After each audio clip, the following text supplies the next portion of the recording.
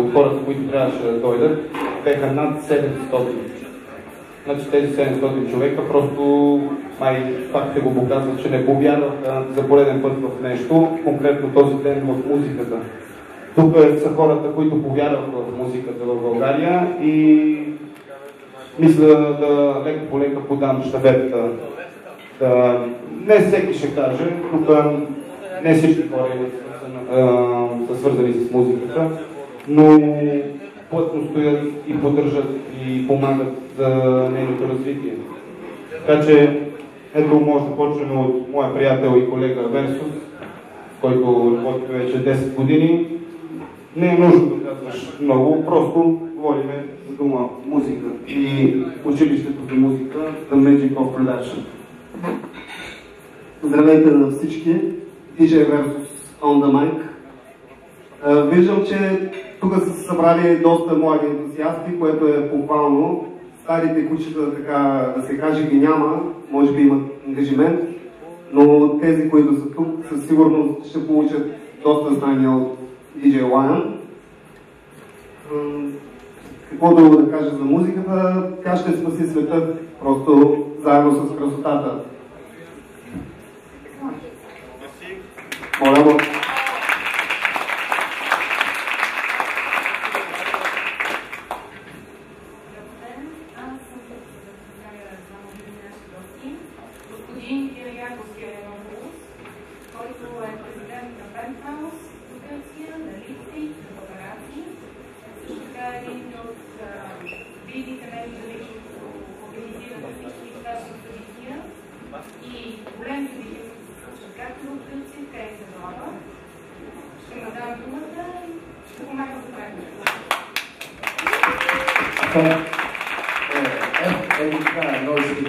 Εύχομαι καλή επιτυχία το φίλο μου εδώ το Lions που ήταν το δω στη Θεσσαλονίκη για να τον ακούσω από κοντά. Много се радвам, че виждам моя приятел DJ Lion тук на живо, който беше в Гърция, там се запознахме и се радвам, че тук на неговото събитие.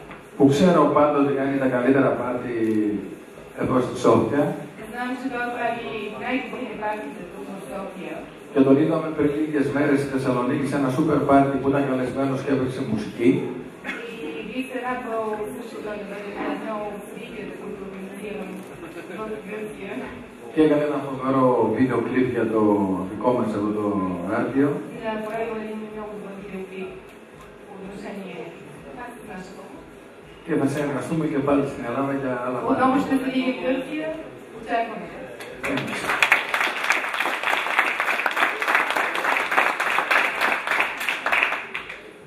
Καλησπέρα και από μένα. Με τον κύριο Κερανόπουλο, τον Κυριάκο, τον φίλο μου. Δεν θα πω πόσα χρόνια γνωριζόμαστε. Για να μην καταλάβατε την ηλικία μας.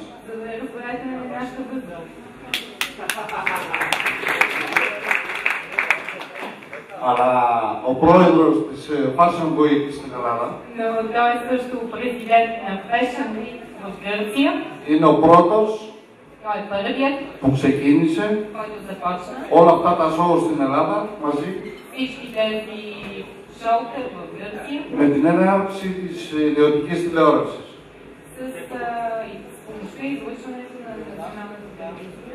Το βασικό είναι ότι μετά από τόσα χρόνια παραμένει πρώτος. Είναι μεγάλη μας χαρά που τον έχουμε εδώ και ελπίζω από το φθινόπωρο, από Σεπτέμβριο, σε συνεργασία με το Lion, να διοργανώσουμε εδώ στη Σόφια πάρα πολλά show και μουσικά αλλά και fashion show σαν αυτά που ξέρει να κάνει τα πρώτα στον κόσμο ο Κυριάκος.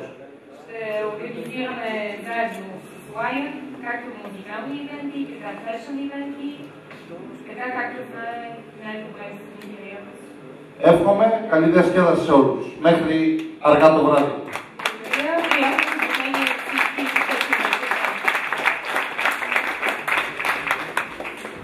To tak jakby autentyczny wysumaństwo. Music. Just music. Well, I make electronic music, techno, house. I know that not everybody in the electronic music scene we are some for other style. So it's a pleasure to have something to do with other music scene. What I can say?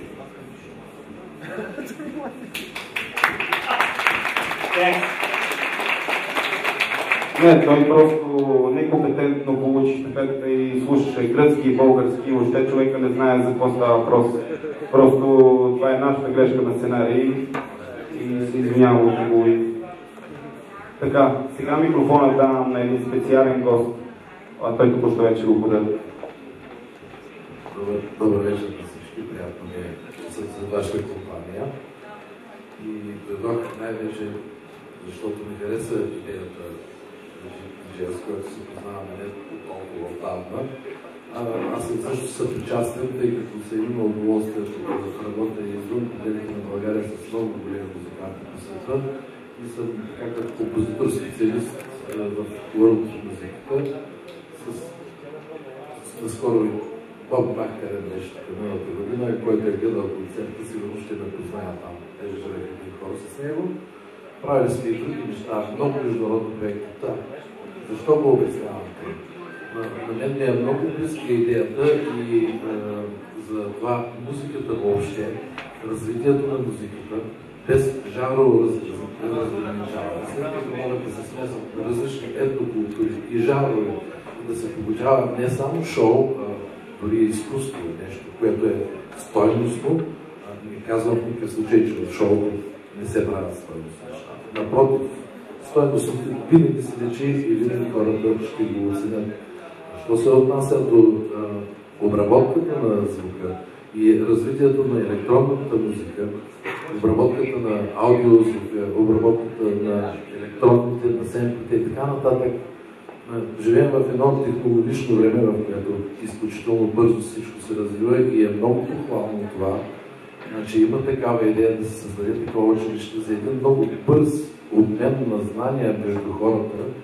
Така че представете си в интернет, когато един човек търси нещо, колко време било отнемало, за да стигне до истината, която търси, а колко по-бързо би станало, ако търсят 10 човека едновременно. Няма значение колко е бърз интернет в случая и с това машина се работи. Затова обединението на усилията на много хора в едно време, в което толкова бързо се развиват технологичните процеси, особено тук говорим и за електронна музика, за авангардни технологии в обработката на звука, то наистина приветствам идеята и с удоволствие бих подкрепил и подпомогнал с каквото мога. Извинявам се, че така накъсано говоря, но понеже съм диригент от много години и когато чувам звука, нещо ме възпира и не мога, това не е моя глас, не е моят реч в момента, защото чувам ехото. Това много ми пречи. Благодаря.